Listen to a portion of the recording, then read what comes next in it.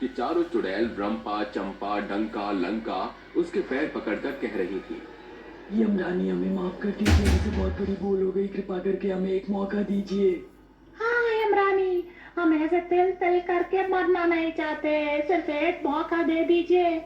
हाँ यमरानी, ये खतरनाक ज्वालामुखी का समंदर है, अगर इसमें एक बार हम चले गए तो मुश्किल है हमारा एक नाखून भी मिलना।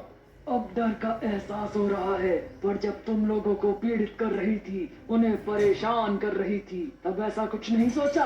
अब खुद पर ये सब बीत रहा है तो मैं क्यों तरस खाऊं। यमरानी, हम चारों चुड़ैलों पर इतना जुर्म मत ढाइए। मरने वाले को भी मरने से पहले उसकी आखिरी इच्छा पूरी की जाती है, उसे एक मौका दिया जाता है। हमें भी सिर्फ एक मौका दीजिए, क्यों? डंका रंपा लंका। हाँ यमरानी कृपा, हम पर रहम खाइए, चंपा की बात सुन लीजिए। चारों चुड़ैल यमरानी के आगे गिड़गिड़ा रही थी। तभी वो उन्हें कहती है। ठीक है, तुम इतना कहती हो तो मैं तुम्हें एक मौका देती हूँ। इसमें तुम्हें धरती लोक पर जाकर बुजुर्गों का मसीहा बनना पड़ेगा, उनकी सारी तकलीफों को खत्म करना पड़ेगा, उनकी हर चीज माननी होगी, जो उन्हें चाहिए होगा वो तुम दोगी, उन्हें सारी सुविधा। पर यदि तुमने उनसे घृणा, ईर्ष्या या अपमान किया तो ये तो सिर्फ ज्वालामुखी का समंदर है जहाँ तुम्हें फेंका जा रहा था। सजा इससे भी ज्यादा बड़ी होगी, सजाए मौत। ये तो तुम जानती ही हो ना, जहाँ न मर सकोगी ना जी सकोगी। ये क्या, धरती लोक पर जाकर हमें बुजुर्गों की सेवा करनी पड़ेगी? हे भगवान, उनका दिमाग तो सटियाया हुआ होता है, हम कैसे काम करेंगे अब? और ये सब हो जाएगा तिल तिल कर मरने से, तो अच्छा हम धरती लोक पर जाकर सेवा कर ले, कम से कम इसी यमरानी से तो बचेंगे। हाँ, डंका बिल्कुल ठीक कहती है। आपस में क्या खुसर फुसर कर रही हो? तो बताओ, क्या सोचा तुमने? मरना चाहोगे या बुजुर्गों की मसीहा बनोगी? ऑप्शन बी यमरानी जी, हम धरती लोक पर जाकर बुजुर्गों की मसीहा बनेंगे और आपको कोई शिकायत का मौका नहीं देंगे। परफेक्ट, तो जाओ, खड़ी खड़ी मेरा मुंह क्या देख रही हो? धरती पर जाओ, 1 महीने का टाइम है तुम पर, और याद रखना मेरी नजर हर वक्त तुम चारों पर ही है। जी जी जी यमरानी जी। तभी चारों चुड़ैल अपने हाथ क्रॉस करके, आंख बंद करके धरती लोक पर पहुंच जाती हैं, जहां वो गाय के तबेले में होती हैं और कहती हैं। आए आए, ये हमने कहाँ लैंड किया है? बड़ी गंदी सी बदबू आ रही है। हाँ यार, मुझे तो गोबर जैसी बदबू आ रही है।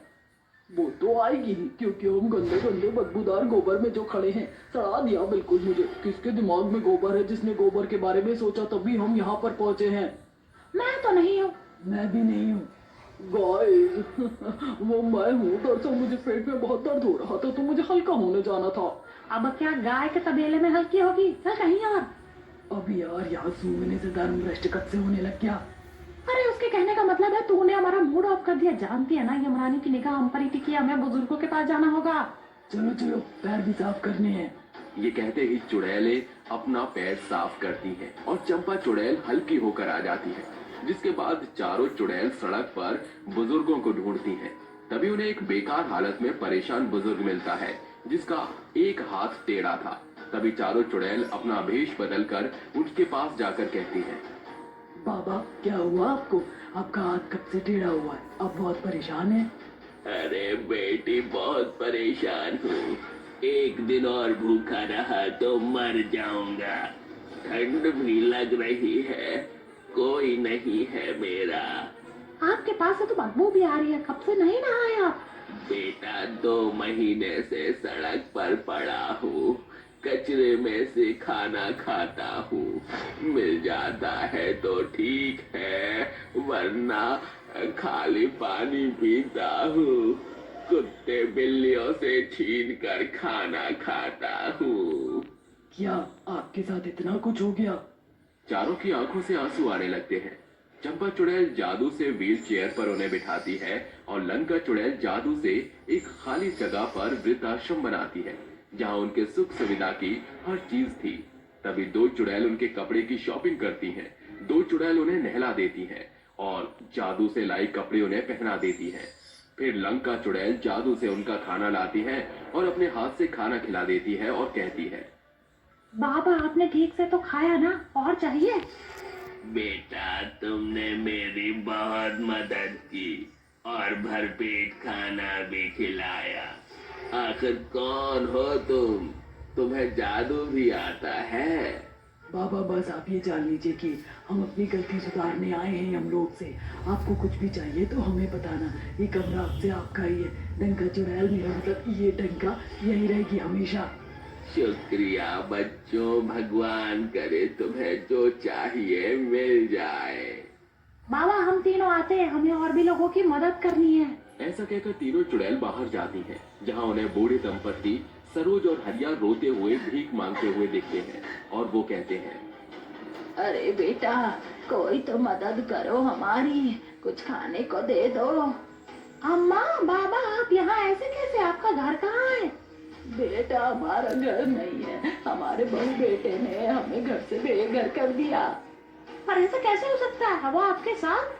बेटा, हमने उन्हें बहुत समझाया पर वो नहीं माने और हमें इस बुढ़ापे में ये दिन दिखा दिए। आप हमारे साथ चले, आपने बहुत दिन से कुछ खाया नहीं है, हम खाना खिलाते हैं आपको। चुड़ैल अपना बिना जादू चलाए उन्हें एक रेस्टोरेंट में खाना खिलाने ले जाती है। जब वो खाने पर पागलों की तरह टूट पड़ते हैं और खाने लगते हैं, उनकी बेबसी देखकर चुड़ैलों का दिल पसीज जाता है। भरपेट खाना खाने के बाद वो कहते हैं, हमें तो तुमने बहुत अच्छे से खाना खिलाया, पर रोज थोड़ी ना तुम खिलाओगी। उसकी भी फिक्र मत कीजिए, आप हमें अपने घर का एड्रेस बताइए, हमें वहाँ लेकर चलिए, देखना आपके बहू बेटे कितनी इज्जत से आपको रखेंगे। उनके बताने पर चुड़ैल वहां पहुंच जाती है और अकेले में उन बहू बेटे को अपना असली रूप दिखाकर डरा कर कहती है, अगर आज के बाद तुमने अपने माता पिता को इस घर से बाहर निकाल दिया और उनका निरादर किया, उनकी अच्छे से सेवा नहीं की, तो यहीं से तुम्हें यमलोक ले जाऊंगी। वहीं से आई हूँ मैं।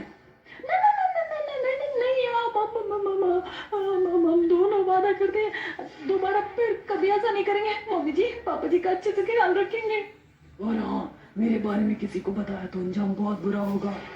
ऐसा कहकर वो बहू बेटे बहुत प्यार से उन्हें अंदर ले जाकर उनका ख्याल रखते हैं और कहते हैं, बच्चों, तुम्हारी वजह से आज मेरे बहू बेटे सुधर गए और हम अपने घर पर हैं, उसके लिए बहुत बहुत शुक्रिया। ये सुनकर चुड़ैल वहां से आ जाती है और भी जगह जाते हैं जहाँ उन्हें अनेक वृद्ध लोग मिलते हैं जिनका कोई नहीं होता। वो उन्हें अपने वृद्धाश्रम में लाकर उनका अच्छे से ख्याल रखते हैं, उन्हें खाने पीने पहनने ओढ़ने के कपड़े देते हैं। डंका चुड़ैल अच्छे से उन लोगों का ख्याल रखती है। तभी एक बूढ़े अपाहिज बाबा गगन उन्हें मिलते हैं जो कहते हैं, बेटा तुम मेरी मदद कर रहे हो, ये अच्छा है, लेकिन मैं आत्मनिर्भर होना चाहता हूँ, वरना मेरी मदद मत करो।